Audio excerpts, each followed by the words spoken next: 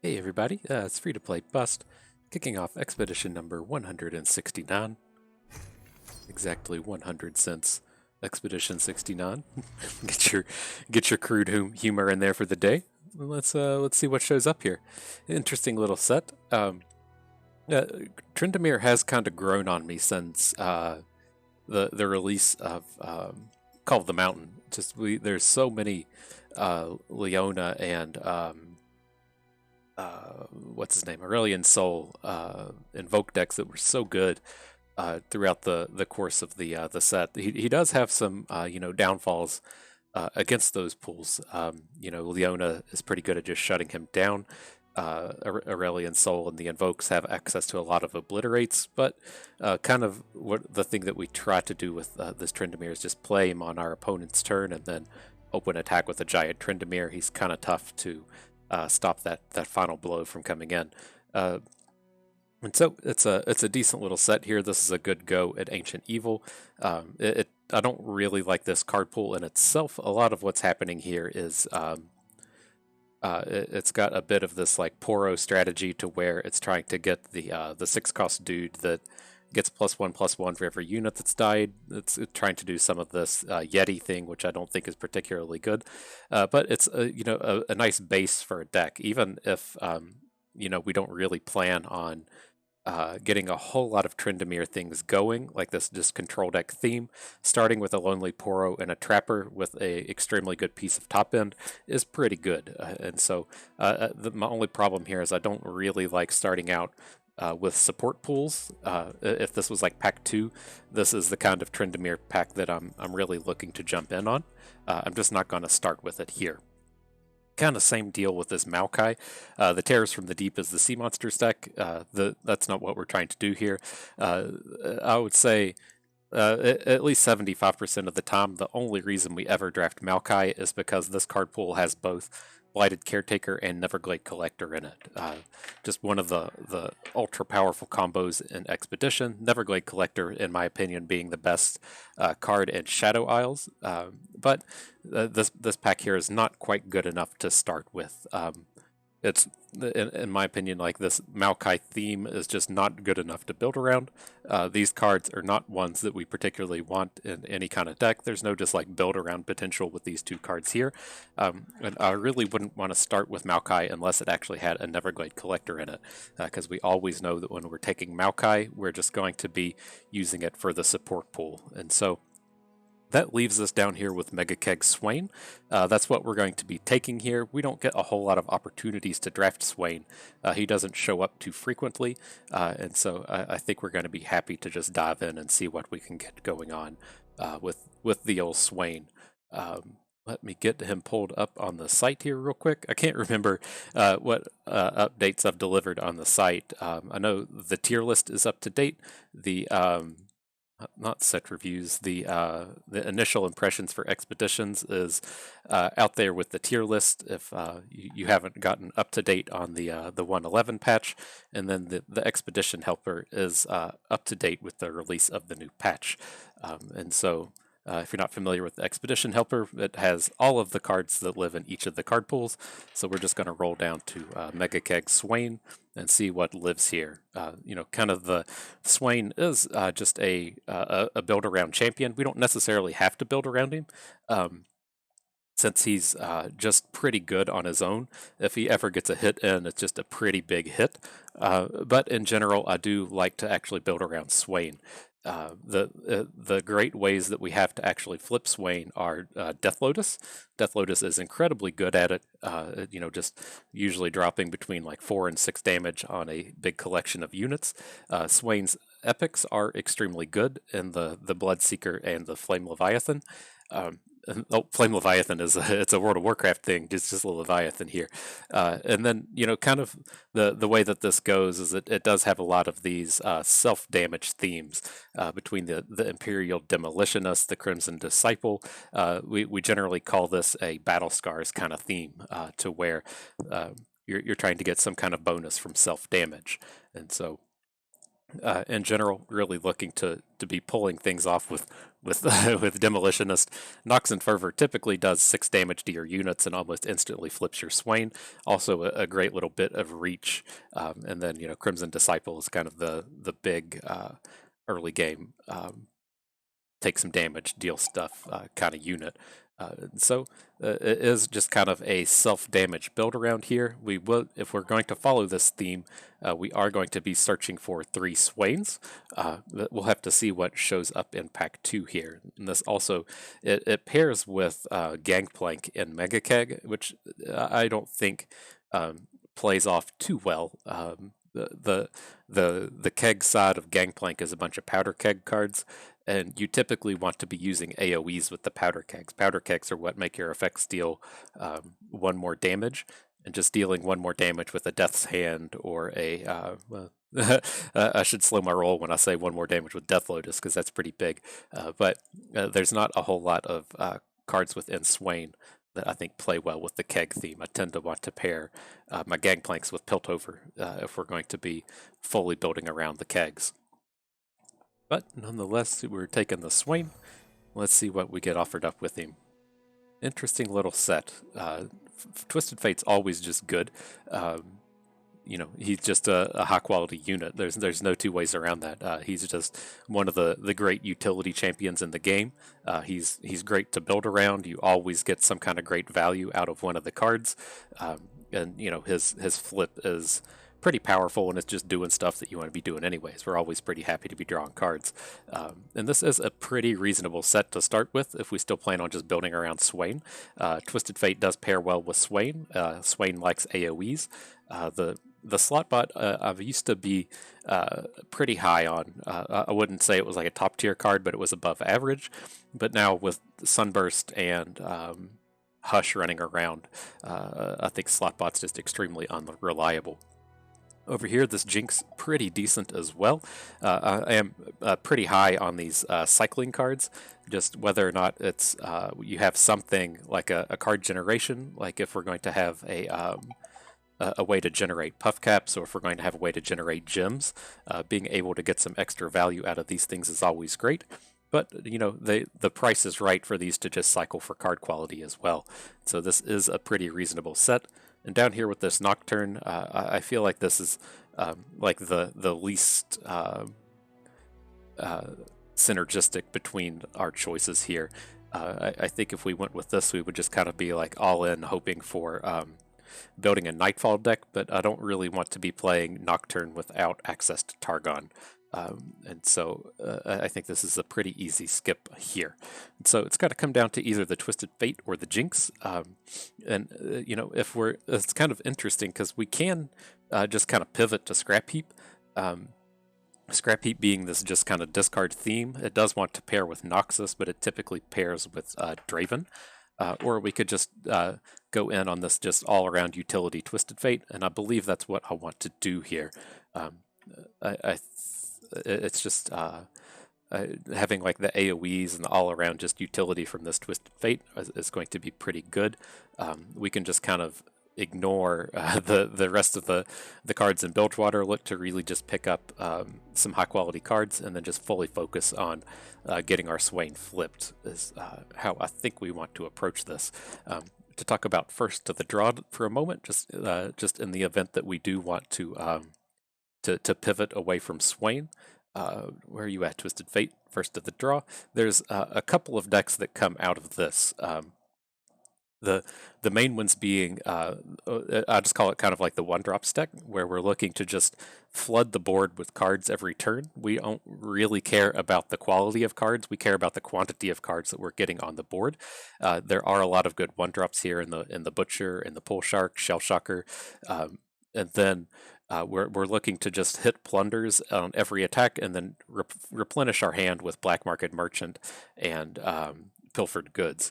I consider this to be the one-drops deck. It's just you're really skipping on card quality in place of quantity, just spending all the mana that you can, assuming you'll pick up top end from your opponent's deck, and then just fully spend all of your mana every single turn of the game.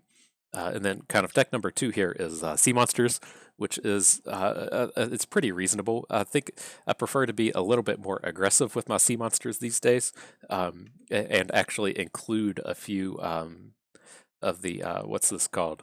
The deep enabler. I can't remember. Toss. There we go. Include some toss cards in our deck to just try to pop off these abilities a little bit quicker. It's too hard to battle against invoke decks. If we're just trying to be the slowest deck in the room, invoke decks are always going to win that battle. And so with the Sea Monsters, I think you have to be ready to push to deep a little bit quicker, so that you can do battle with the invoke decks that you should probably be running into at least one, but probably 2 to 3 throughout the course of your expedition runs. And so that option is there. So the decks we'll be looking at, I don't want to be like pigeonholing us into the Swain build around, since we took Swain with our first pick. But those are kind of the 3 decks we'll be looking to make here. We'll either be looking to be in the Swain build around. We'll be looking to be in this ultra aggressive 1-drops Twisted Fate deck, or we'll be looking to be into Sea Monsters. So let's jump back here. We're taking the Twisted Fate. Okay. All right. Well, I'm pretty happy to take this Butcher with the Ballista. It plays towards all the themes that we're looking to do. None of it really builds towards this Swain directly. Outside of this is the Mega Keg card pool, and this should help the Swain cards show up in the future. But the side benefit of this pick is it also plays towards, if we're looking to build towards the 1-drops Twisted Fate deck, this is an excellent set of cards to go along with that. And as it stands right here, this is a similar pack over here that does good things towards both of the Twisted Fate decks. If we're looking to, this is just another general good pack to build towards 2 decks. Has the 1-drop towards the 1-drops deck, has the salvage towards the Sea Monsters deck, and so here we're kind of at this decision: do we want to either build towards the 1s in Swain, or do we want to build towards the 1s in Sea Monsters? And here, I just want to build towards the 1s in Swain. So we're taking the Iron Ballista. Okay, this is a touch of an awkward set here. Never taking this Mega Keg pack. Monkey Business is what I believe to be the worst card in the game, so we're going to skip over it. And like we talked about in the initial discussions there, I'm not super interested in running powder kegs in this deck. The deckhand, it is going to play well with like a Twisted Fate. We probably pick up a Death Lotus at some point it will play well with, but beyond that, it's just not particularly good. And so I think we're going to be stuck taking this Curator with a Blood for Blood. The Curator does really play towards the Swain theme. Out of these 6, I do want Thermogenic Beam, but the Jury Rig is just too bad. If we had started out with Jinx, then this would be a little bit better looking, since we're probably going to have some discard cards. I don't like playing Jury Rig just for the sake of discarding it. The 1/1 just isn't enough value to really warrant a card. But this is, it's at like the very bottom end of things that we're like, whatever, this is in our deck. Whereas Monkey Business is just, we're really actually upset to have Monkey Business in our deck. But nonetheless, I want the Curator here. It's going to push us towards the Swain deck. I'm not real stoked about Blood for Blood, but it does play well with this the Swain theme. Whether or not you're copying a Demolitionist or copying a Curator, it is kind of slow, but it at least plays towards our strategy. Okay, interesting set. These Demolitionists are just kind of like ultra important to pick up. If we're wanting to flip our Swain and this gets us 25% of the way there, you really kind of have to be playing these cards.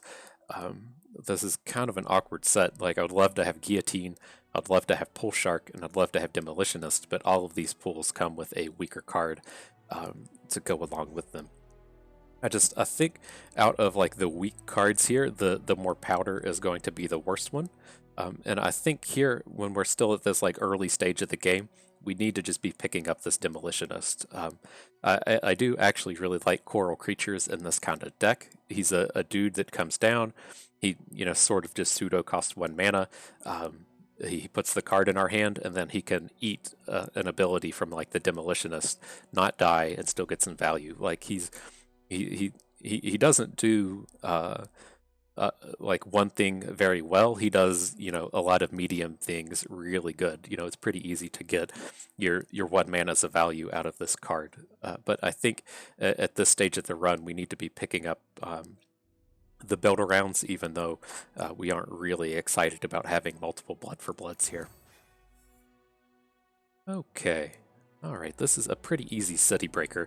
If you're going to be in the Swain build around, then I really like these city breakers. There's a lot of decks that have a lot of trouble just like winning games. Something like Sea Monsters in particular, where they're just trying to put big dudes on the board and attack with like one big dude over and over again. Those decks actually have a pretty tough time racing against city breakers, and these play particularly well with Swain on his flip. Just getting this guaranteed stun in every turn of the game. And then Parlay we'll get some use out of. It's not a removal spell I'm really high on, but it does activate all of our plunders pretty easily. Here we're not going to be a Shunpo deck. The Drummer is good that it's a 2-drop, but this is not an important set of cards to pick up. Okay. I'm interested in Transfusion. Trying to see if we have any units that can even draw a card with the Assessor. Swain can on his... No, Swain can't even do it on his flip. I don't think we have a single card that can that can kick off the Assessor, which is a bit unfortunate. We might just have to kind of take these interactive cards over here, although these are pretty non-interactive. They're just kind of slow and not that spectacular.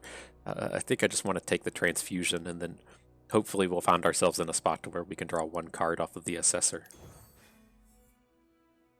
Okay, interesting set. Kind of interested in Demolitionist again. Double up. It is expensive, but this gets you halfway to flipping a Swain. Black Market Merchant is interesting here, along with the Butcher. Just a great set of early game cards. And then there's the Iron Ballista is what I think is kind of objectively the best of these 6 cards. I really do like Iron Ballistas in this current format. But here I think we're going to have to just go for the value card in the Merchant along with the 1-drop. We do still need some early game stuff to come down. If we're trying to actually play on curve and get these Demolitionists down on 2, then we do need a non-zero number of 1-drops to just push that curve down. You can't always be playing these for value into Crimson Curators or into the 2-drop that does damage to your opponent's face. Okay. Interesting set. This is more along the lines of the Demolitionist I like. I do like Might in these kind of decks.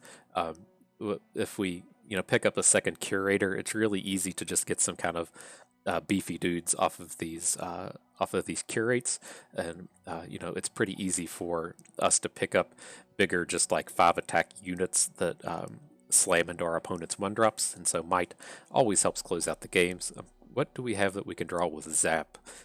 Not a whole lot. We got Parlays, 2 Blood for Bloods, Transfusion. The things I'd really be looking for with Zap are Whirling Death and Calling Strike. But this is a pretty good card draw kind of pack, but I think we're going to go for the utility here. I really want these Demolitionists, and I don't think this is a deck we want to leave home without 1 copy of Might in. Okay, well, this is the Shunpo we'll be taking. I'm not like real jazzed about having I'll talk about a lot of decks to where I really want either 1 Shunpo or 1 Decisive Maneuvers or an Intimidating Roar. This doesn't really feel like one of those decks to where we really want or need this kind of effect, but I'm okay with it. It's not something that we're actively seeking, but it's something we're okay to have 1 of. And it does come with an Iron Ballista, which we're pretty happy to pick up. Okay, interesting set. The Guillotine is something that we're still actively looking for. It's just, I think this Crimson Awakener is pretty terrible. It's a card that I rarely want in a deck. I don't think we want either of these. I'm not real high on Strong Arm. It does have a lot of blowout potential, but it also has an extreme amount of do nothing potential. I don't think that the times this is good makes up for the times when it's bad. And so what I believe I'm going to take here is the Pool Shark and the Abyssal Eye. We don't need a whole lot of top end since we're planning on playing 3 Swains, but you know, we need a little bit of something here, especially since this Assessor doesn't do anything right now. And so picking up what I think to be one of the real top tier 1-drops with a piece of good top end, I think this is a pretty important set to pick up here. Okay, these are all around pretty awkward. I think I want the Shell Shocker and the Chum just as a way to get some interaction into our deck. I don't like the Trifarian. We've got a Shunpo, so we don't need this decisive maneuvers. Certainly don't want Monkey Business. Like, maybe if Monkey Business was paired with like Riptide Rex, we'd be okay with it, but certainly not for a deckhand. So it's just kind of a pretty good curve filler here is all we're getting out of the Shell Shocker pack. Okay, this one's kind of interesting. I think we have to take the Aristocrat Transfusion. They just play on theme too well. I would be interested in Shell Shocker Pilfered Goods, but I think if we're building to the Swain theme, both of these are just real top-notch cards for what we're trying to do. Okay, that's a tough one to pass up in Jaw Hunter's Pool Shark. It's just all-around great 1-drop again. He is certainly a fine unit to kind of just pop with the Demolitionist to level up our Swain, and the Jaw Hunters does help with this top-end problem that we briefly talked about there. I would very much rather have a Jaw Hunters than just any random Sea Monsters top end. So it sucks to pass on Whirling Death. We haven't done a real great job of taking removal here. We've only seen the 2 Noxing Guillotines and the Whirling Death as kind of good removal spells.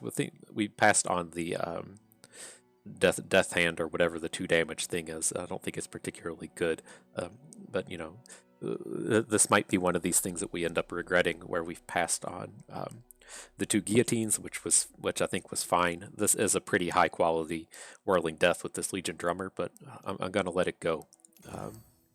Just taking the interaction here. Okay, this one's kind of interesting because again, the Assessor is pretty bad in our deck. You know, we have no units that this can activate on.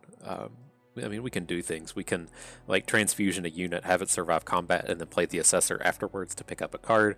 Abyssal Eye can technically get it. It's not like 100% not drawing cards, but it's pretty bad. But nonetheless, I want to get these Blood for Bloods out of my deck. I'm pretty happy to pick up the Crimson Disciple here. And so we'll go ahead and accept that one. All right, off we go. And then the big thing that worries me about these kind of build-around decks is all of these, well, I should say in general, whenever we're trying to make a champion build-around, you know, say, like looking at his deck, like Trundle's Aurelian Soul, it can win if it just never draws Aurelian Soul. But our deck does kind of have a tough time winning the game if it doesn't actually pick up a Swain. And so like until you get, you know, your first win and your third win, it can be particularly tough to actually come in and win these games. Here, I think this is all pretty reasonable. I'm not like usually super keen on keeping 4-drops, but I think that it should be particularly good here. And then my thought is with this Parlay Jagged Butcher, there's a whole lot of 1-drop or 1-health units coming out of Freylord Targon. And so I think we have a pretty good shot at leveling up this Jagged Butcher.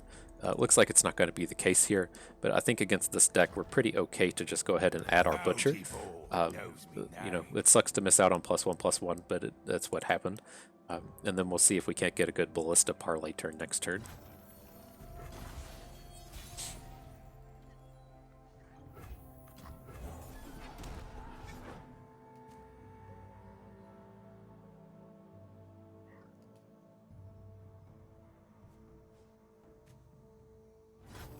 Is nothing? Oh, friend. Needed your Avalanche here. Well, maybe he's going to be dropping like a Catalyst of the Aeons. Yep. Feels a little slow. A little slow. Ooh, Shunpo. Okay, okay. Talk about a board that's okay to be dropping Shunpos on. So with that in mind, we can technically just Shunpo this board. We're not going to. I think we just want to add City Breaker.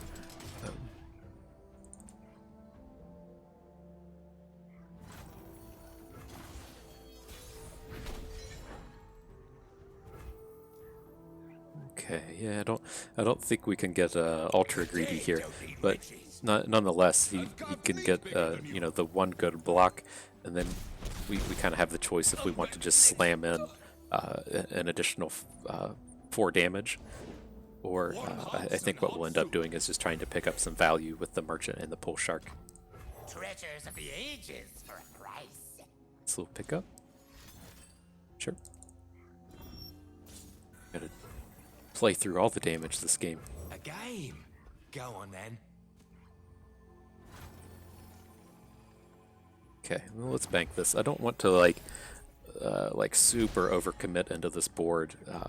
Pretty good chance we can get hit with a like an Ice Quake or a Trundle card.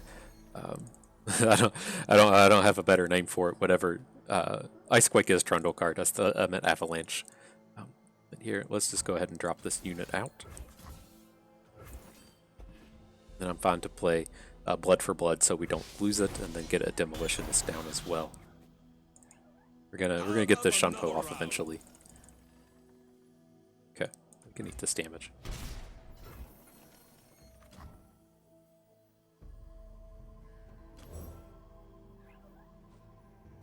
War Mason, reporting for duty. I do want to pick this up, and I believe we want to Blood for Blood our City Breaker. The few for the many.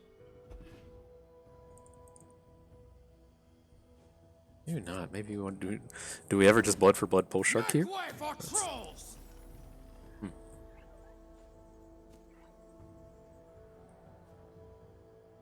Six, 7, we're into 9. We can also just Chum the Water Shunpo next turn. If we want to just skip out on Blood for Blood, which also seems pretty reasonable. Right, because we're going to attack with all of these, and then we're going to be Shunpoing the Tavern Keeper. And then we can Chum the Waters and get a good whatever this guy is hook in. I'm starting to like this.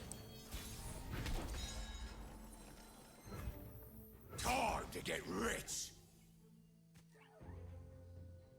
Let's talk about. I think we just got to nug him while we can. Like there is a good chance that he just gains like 20 health this game, and we just don't have enough reach. But as it stands, I think I'm pretty happy with how this is panning out.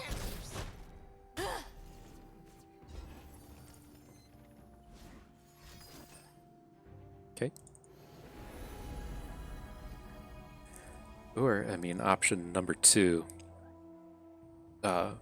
We can parlay the Tavern Keeper, play Ballista, Shunpo this, or if he plays a better unit, we can Shunpo better unit. And that might get us a little bit closer to lethal. Like, especially if he just picks like an 8-drop here. Or, you know, just any of the giant dudes.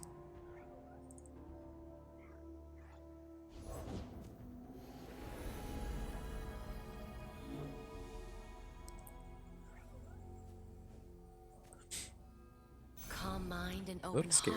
greet the night. I'm gonna lead with Iron Ballista. Well, I think it's fine. The Meteor, the 4 damage, 1 damage costs that much, I do believe.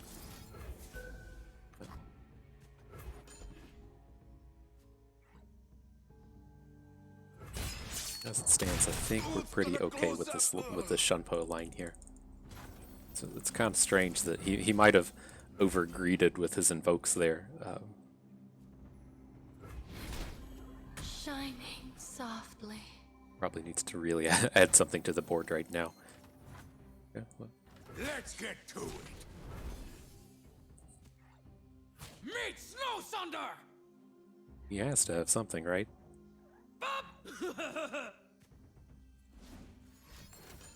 Sure.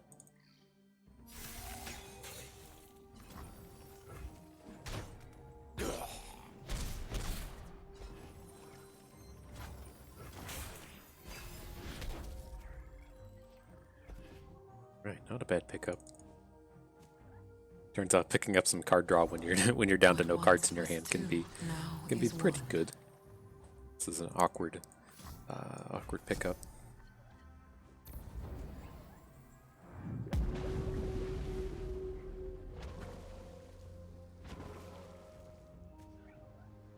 Let's just kill him. Deal 1 to deal 2 to the enemy nexus. If they don't break, they'll burn.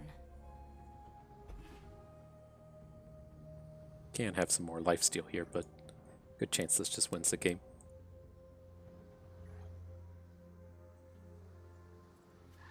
Okay, good game, friend. That's bad. I mean, we made it through 12 life game. That was pretty decent. We did it without a champion. There's a good chance that game was about to immediately get out of reach. Here, taking another Swain. This is just kind of a real lucky Swain pack as it is. It's just got all kinds of units that we're really looking to pick up in our deck here between another 1-drop and one of the good 2-drops. I think this Grenadier is so much better now that he has 2 health. So, alright, let's continue on with these Swains. I can't remember if I fully got my thought out about how awkward it can be in these game zeros when you just have 1 copy of your champion, right? If we're really focusing on being a Swain build around and you just never draw Swain, it can be tough for you to win those games regardless of how good your deck is.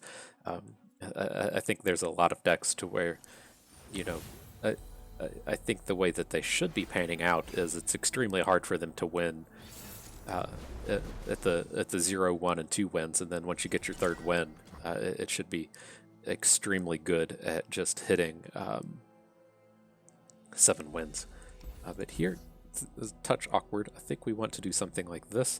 I'm not like a huge fan of opening with Pool Shark in this deck, but we do have, I think it was like 10 2-drops in here, so if we have to play a Pool Shark on 1, there's still a reasonable set of cards that we can be picking up to play on the 2nd turn. What was this, Timo Heimer? Okay. It's kind of awkward. We don't have great answers to Timo anyways, but we can. No, I take that back. We do have great answers to Timo. Prepared for anything. As they say, boys, sometimes it's better lucky than good. Okay, but yeah, you usually have like a Make It Rain or 2 in here. I just saw this and I was like, oh boy, like our only way to answer this turn 1 Timo is going to be with like a turn 4 Twisted Fate. But sometimes you just draw the good cards. Here, I don't think we even really want to pull Shark. I think we're cool to just bank this mana, because like we're pretty kind of like on point for our curve here. Okay, that's a good one nonetheless.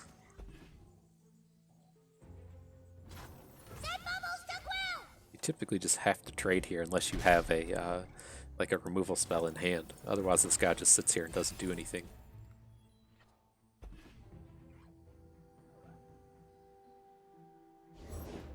Heard there was a little fella asking for me.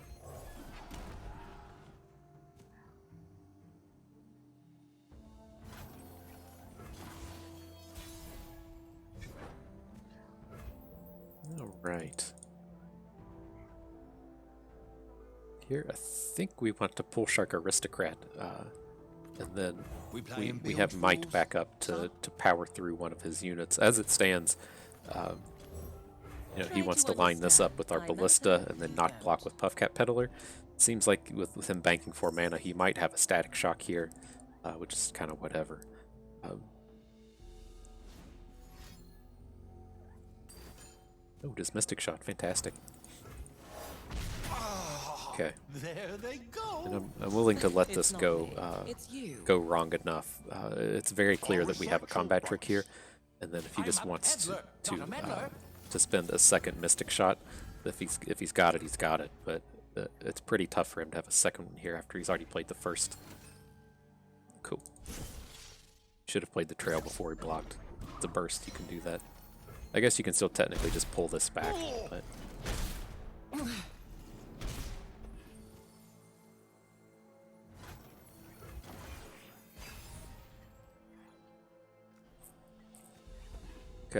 Okay. we've dodged a lot of the problems that we get from puff cap decks. They're really looking to get big chunks of damage on us in the early portions of the game, and then just close out with puff caps. And being at turn 6 here without taking any damage is pretty strong for us.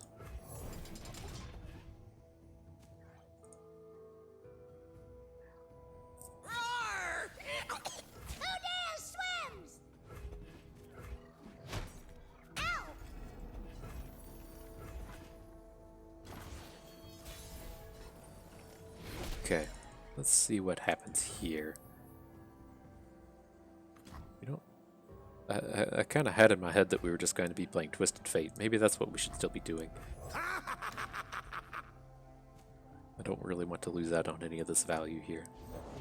Oh, if mushrooms could talk. Or whoops, am I right? Deal me in.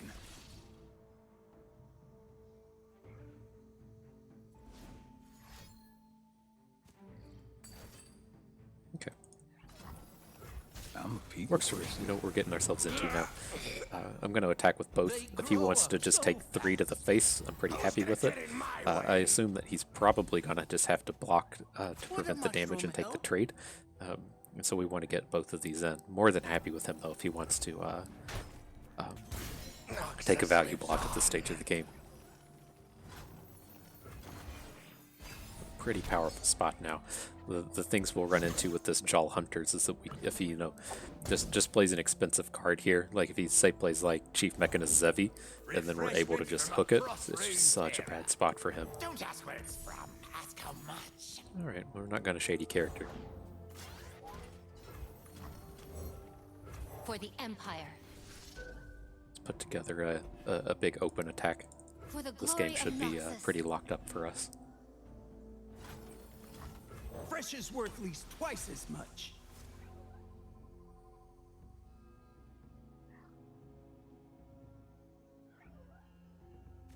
And we have to open. Like in a lot of cases, you can safely like play cards here since we have a challenger, right? Because say we wanted to play Abyssal Eye, the downside to this is it gives him an opportunity to say play like a 5/5 unit here that can just block all of our stuff. But then we could just hook that unit with our Jal Hunters. Not quite the case here since he can just kind of AoE a lot of our board. Right, if we try to get clever and play Abyssal Eye and then he plays a Chempunk Shredder, we can run into a lot of problems.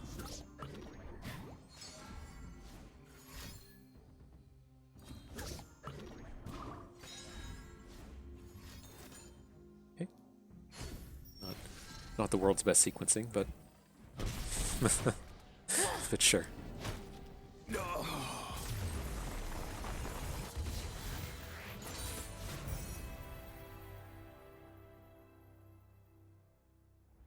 Okay.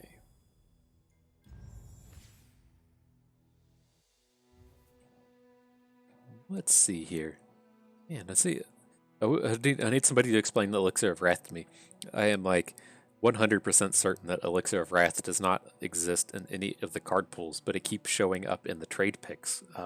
I noticed it on our Darius Apprehend run, and then now here again it's showing up. I've been playing for the longest time just assuming that Elixir of Wrath is not a card our opponents can ever play on us because it just doesn't exist anywhere, and now it just shows up in the trade picks. I'll have to ping the dev guy on Twitter and see what he says about Elixir of Wrath, because I find that to be extremely strange. But nonetheless, it's going to be what we're taking here. I want to get this blood for blood out of our deck. The only times that these are like super interesting are with if you have a bunch of Crimson Curators, and we don't. And so Parlay's still a fine piece of interaction. I would be happy to pick up more merchants, but I think getting rid of just the lowest quality card is the important part of this trade here. Elixir of Wrath is super high quality as well. Okay.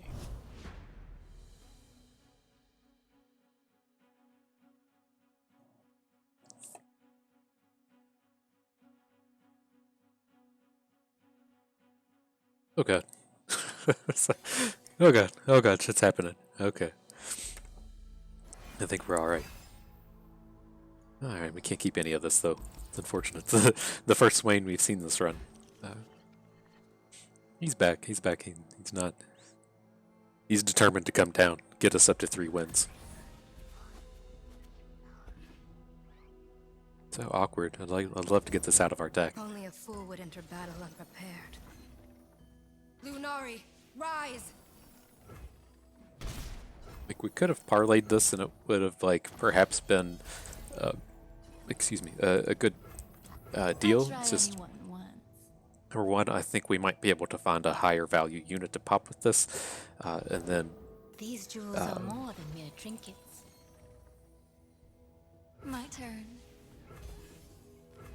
You know, we do have a non-zero number of plunders, and so we may find ourselves in a spot to where we're wanting to kick off a black market merchant or something.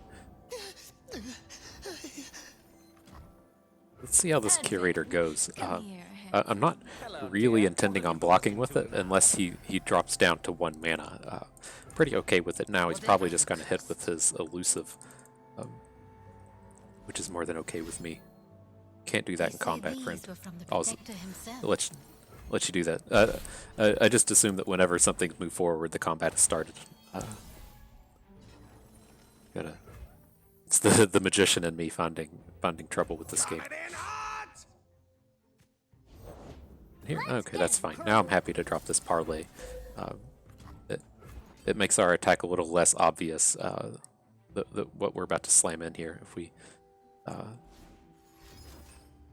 okay, beautiful.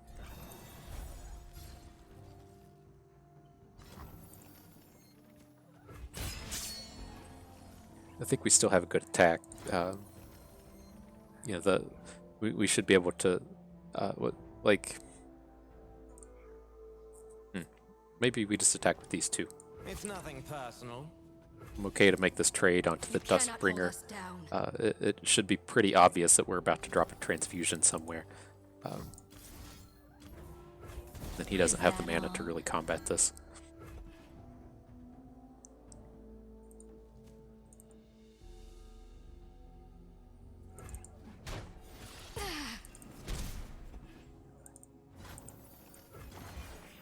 Okay. Hey there. Don't mind the knife. It's slightly awkward. We're never going to get additional value out of this, which is okay. We just need to be pushing to level our Swain up. So let's do this. Let's add Pool Shark. This is going to be 6 damage for our Swain, and then we can perhaps hit a something to be getting him leveled up. I don't think he's not going to be able to attack on our next turn, but I think we still have to be adding to this board. Calm mind and open heart greet the night. I love a man with style. Heard it all before. Right, gets him up to 8. For truth. You won't feel it at first. Sure.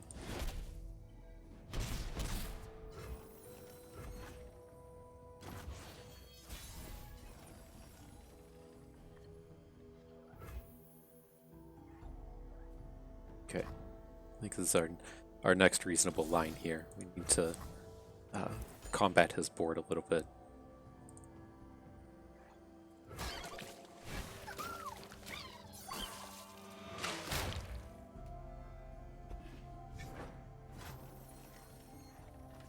Fine. Victory at any cost!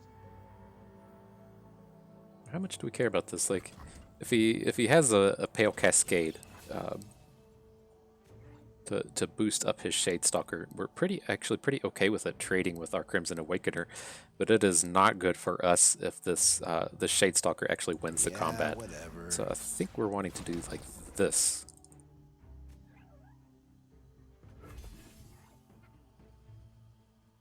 Defiance is our way.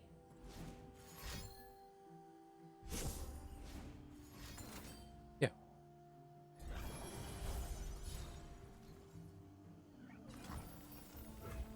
Okay. Yeah, I'm very happy with that. That would have been disastrous if he saved his Shadestalker with Pale Cascade.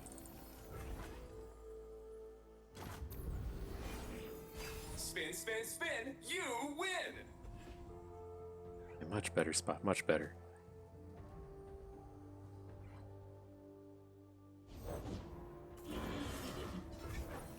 It's trouble. We're just gonna, we just have to eat this? Ugh.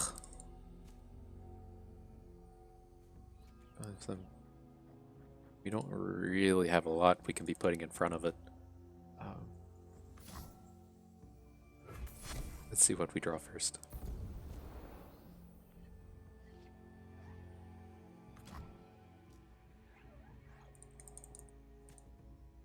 Transfusions is like never quite good enough here.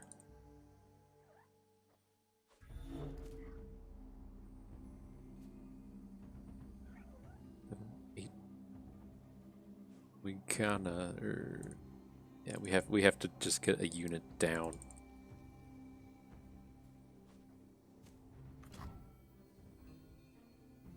Master your demons. May even have to just be blocking the destroyer with Swain. This is a great spot for him to be attacking with everything. Like, what else are you going to get out of Gift Giver Warden's Prey if you aren't attacking with these here? I gotta get out of here! I've got us covered.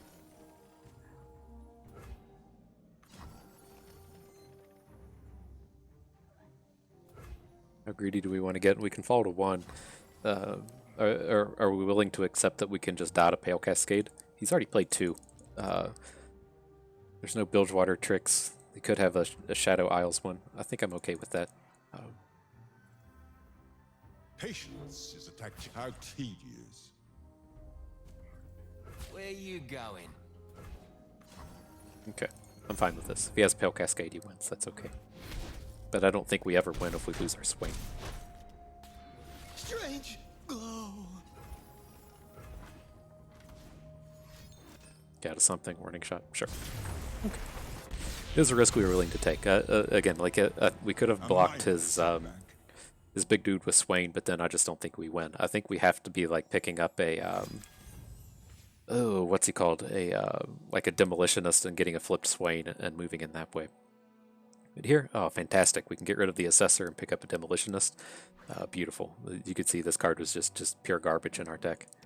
So I'm pretty happy to pick up one of our premium enablers to get rid of that thing.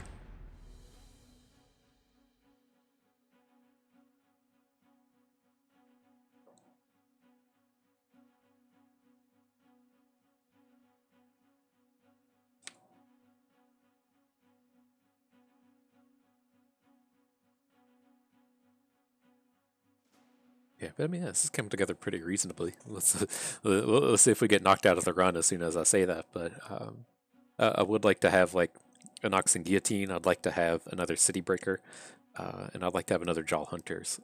Then I wouldn't be like upset with the deck. I think we could take it pretty far from that point.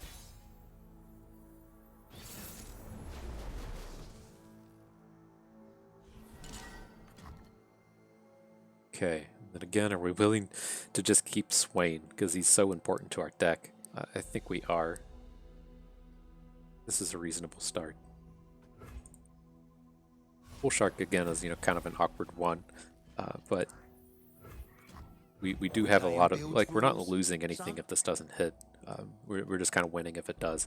Like, would I prefer to be playing like a Jagged Butcher here and then play Bull Shark on like turn 5? Yes, but for how our curve looks here, I'm pretty okay with it. And let's see how upset I get with these. If you're not familiar with my work, I'm like super upset that these things exist in the quantity that they do. Like, if he just drops a 3/6 here, like, what are we supposed to be doing?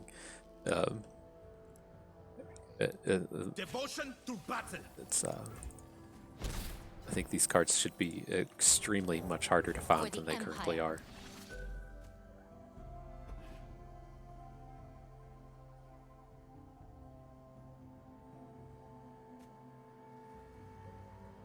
For the glory of Noxus.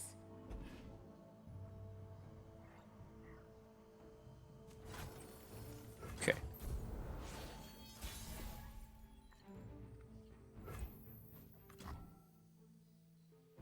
I don't think this is quite worth an open. We do have all of these demolitionists that we're just going to start throwing throwing down and getting this Swain rolling.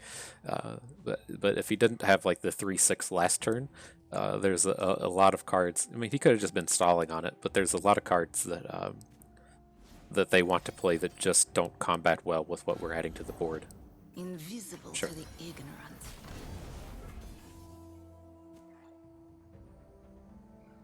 We want to give him the chance to take a pass to let Parlay kill this, and then if he wants to spend Pale Cascade to win either of these combats, I'm pretty happy with that as well.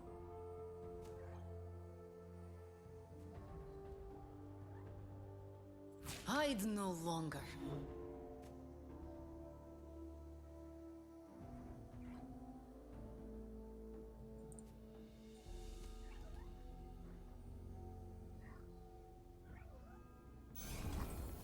No Cascade. I'm pretty sure he's got it. He just decided not to play it. This feels extremely like a spot to where he's got Pale Cascade. Now the awkward portion of this where I have to start dropping damages onto the Iron Ballista. It's okay. It trades with a lot of stuff here anyways. Remember the objectives. Make the Empire proud. Forgive me.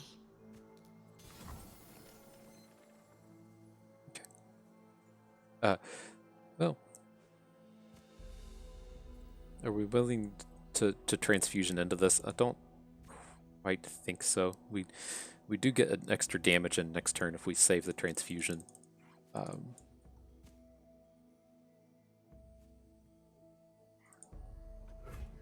Kind of one of the problems I have with kind of blocks like this here is like we want to be playing Demolitionist, If they don't break, but they'll if burn. say we block with Ballista, he has Pale Cascade, and then we just let him win the combat, You for the then he gets to block with the Protector again next turn.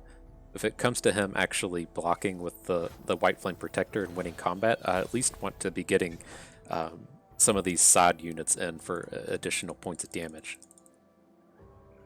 And the awkward thing here, I think we want to be dropping this Parlay. We're going to transfusion into combat, but if he has to spend a Pale Cascade over here, that's great. We get an additional Jagged Butcher, that's great. I think we'll be pretty happy with how that panned out.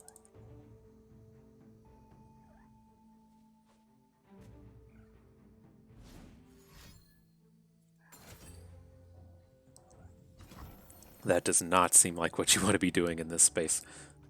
Sure. There's plenty of killing left. Okay. Give us some room.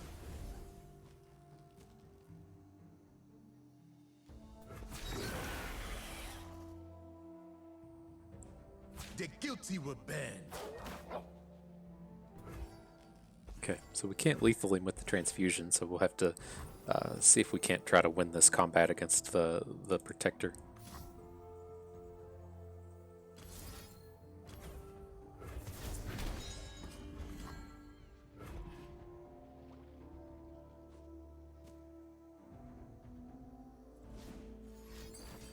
Sure.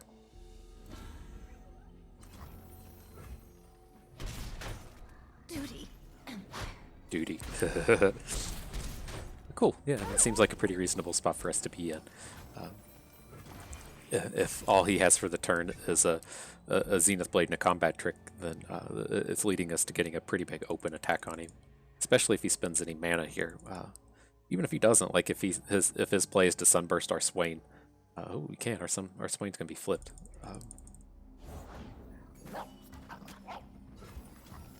I'll burn for what I've done.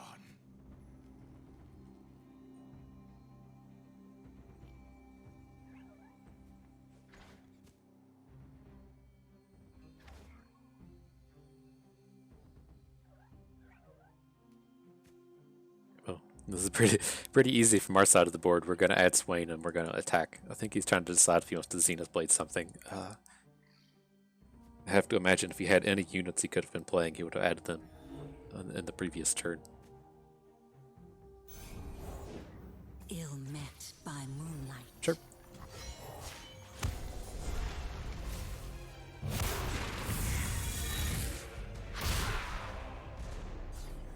By my hand will Noxus rise. Lead us to victory, Grand General.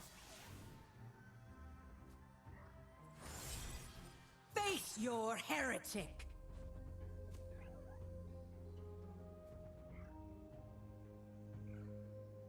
Indecision is the first of many weaknesses. Yeah, to be a little short as a stance. So, oh, that's scary.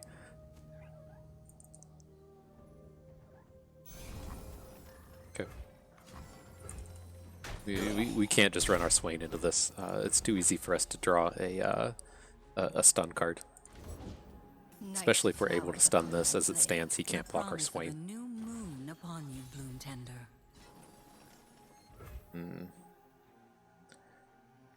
This is scary, boys. That's not an ideal pickup in this spot. We really needed a do something card.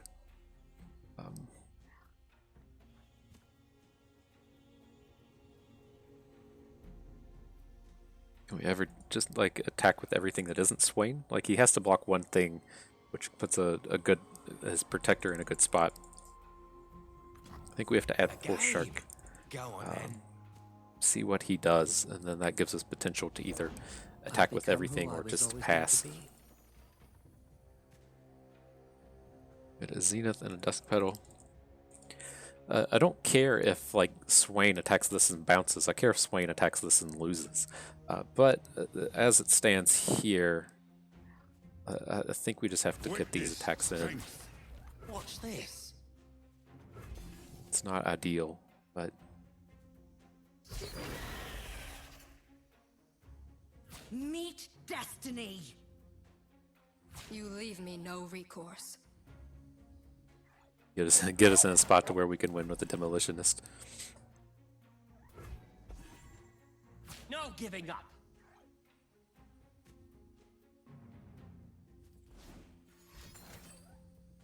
Yeah, that's fine.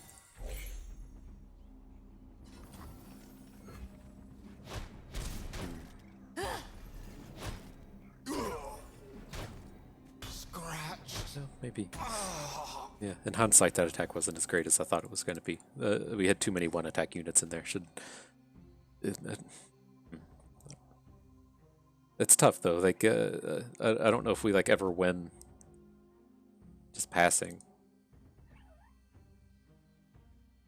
Because like if we roll into his next turn and he's like, okay, I'll Zenith Blade my protector, we can't put like 3 health in front of it, but.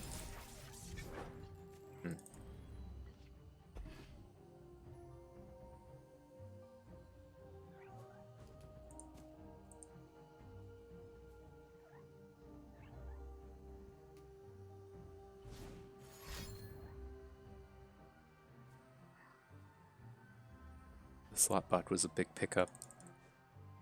He probably should just be opening on us, right? Well, he's only got 5 if he opens. A lot of cards that just beat us here. And like Golden Sister would be a big problem. Nope, we can't Golden Sister.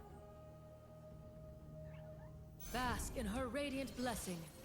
But whatever he was looking for, he didn't just snap it off. So that might be our saving grace here.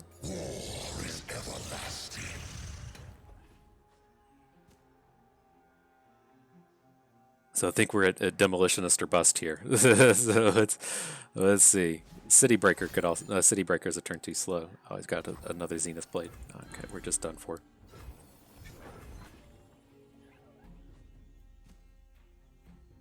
No time to rest.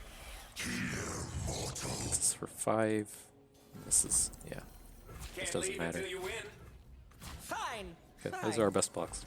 Good game, friend. Good game.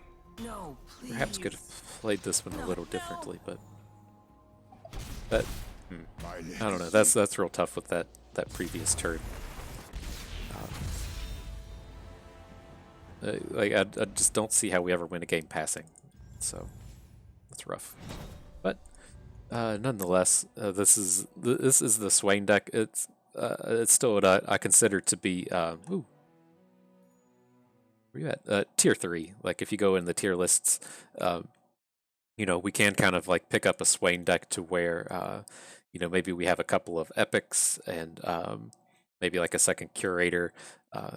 These can look a little bit better, but in general, I'm not like expecting to go to 7 wins with this deck unless everything kind of comes together. And so I did kind of make a touch of mention. I wish that it was, kind of a thing to where Swain is an actual build around, right? Kind of like the history with the way these decks work is, Crimson Disciple got nerfed. Um, they did a lot to these self damage things because they got to be too good and constructed. People were getting upset with the quality of aggro decks, and so they had to go in and nerf these. Like the Crimson Disciple used to do 2 damage. The who are you? He's a 3/2 now. Can't remember his name. Grenadier, yeah, he gained a point of health, but he lost a point of damage to the enemy nexus. And so, the way these decks used to look was you were doing a lot of playing Crimson Disciple and then hitting it with a Demolitionist, and that counts as 4 damage. And then when you're doing this, it's 5 ticks up to your Swain, and so you're able to flip your Swain faster. This was deemed to be too good and constructed, and so this pool in general kind of took a hit in Expedition.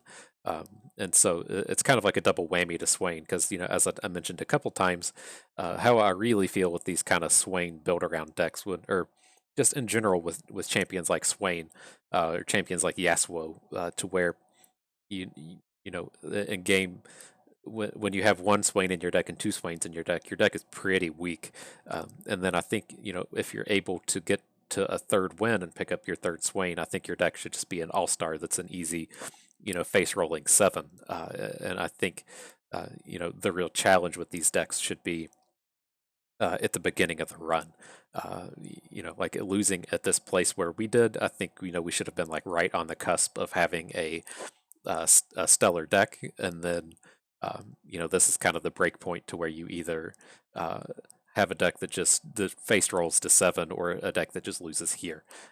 It's not quite there with this. I'm pretty happy with how this came together, but it's just like a little short in raw power, and it's just a little short in like these cards just being kind of lower quality. It's real tough. Like, we played against that one guy with the Invoke deck where he just gained he gained 12 life against us. It's really not a big ask for our opponents to be gaining 16 if they play 2 of the gain 5s, and then just 2 random cards like a Catalyst and then a 3/3 gain 3.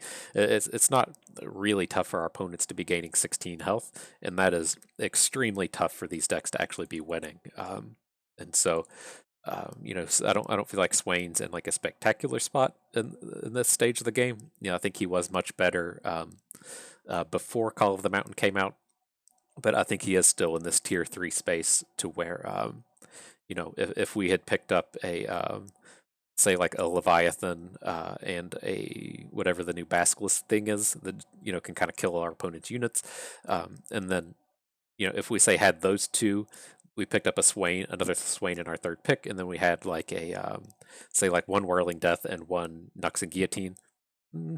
I could feel like pretty comfortable getting to 7 with that. But as this stands, this just felt a little bit short. So if you are drafting the Swain deck on your own, here in the recap, I do like to kind of talk about those things.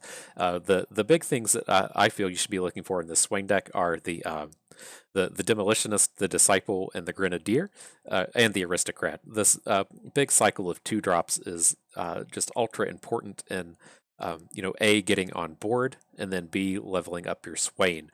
And then with all of the self-damage stuff going on, you do need to also be looking at your 1-drops that let you continue to play on curve, and that's where you find things like Jagged Butcher and Pull Shark. And so as far as the bottom end of our curve happens, I'm pretty happy with this. But then at the top end, I feel like we're really looking to have this be more built more like what we expect out of a Darius deck, where we want, like 3 Iron Ballistas, and then we would prefer to have, like 2 or 3 just kind of big, beefy overwhelms, be it like Armored Elephant or just some random epic, whatever you're able to find. We can kind of do stuff like that with Might, but in general, it could be kind of tough to just actually close out these games with Swain if you don't have like the full build around set of cards with him. And so, yeah, if you're drafting Swain on your own, I do recommend that you look for about 6 of these 1-drops that can take a hit from an Imperial Demolitionist, and then you're usually wanting about 8 or 10 of these just kind of like middling enablers, with the main focus being on the Imperial Demolitionist. And then you're just trying to look to be a more aggro than a mid-rangey deck. You can try to be more mid-rangey if you find 2 or 3 Crimson Curators, but that leads you more to this kind of like a Battle Scars theme, which I think plays a little bit differently than what this Swain deck wants to be doing. Swain certainly wants to be sending damage to the face, and so he's certainly much more aggressive than the Vladimir decks tend to be. And so, yeah, I think it's a pretty straightforward deck. I may kind of regret not taking some of those Nox and Guillotines and the Whirling Deaths, but I think it was reasonable what we took over top of those cards. Kind of looking at it again, maybe we should have realized our top end overwhelms were a little low, and we should have maybe taken a second Chum the Waters. Not quite sure. The Longtooth is a fine kind of closer, but in general, I think our big problem here was our early game. We just have to be a little bit more aggressive than we were able to pull off there, and so maybe we should be looking for like 8 1-drops and then 10 2-drops. I know that's kind of a big ask for a lot of these decks, but we're actually pretty close to that here. But yeah, the name of the game with Swain is aggression and then getting to 3 wins. And I think if you're able to get the aggro deck to get 3 wins to get 3 Swains, then you should be on track to get yourself up to 7. But that is going to do it for this run. Don't think there's any rewards today, so if that's what you're here for, I do apologize. But yeah, that's going to do it. Hope you guys enjoyed the run and learned a little something along the way. This is Free to Play Bust, and we thank you for being here.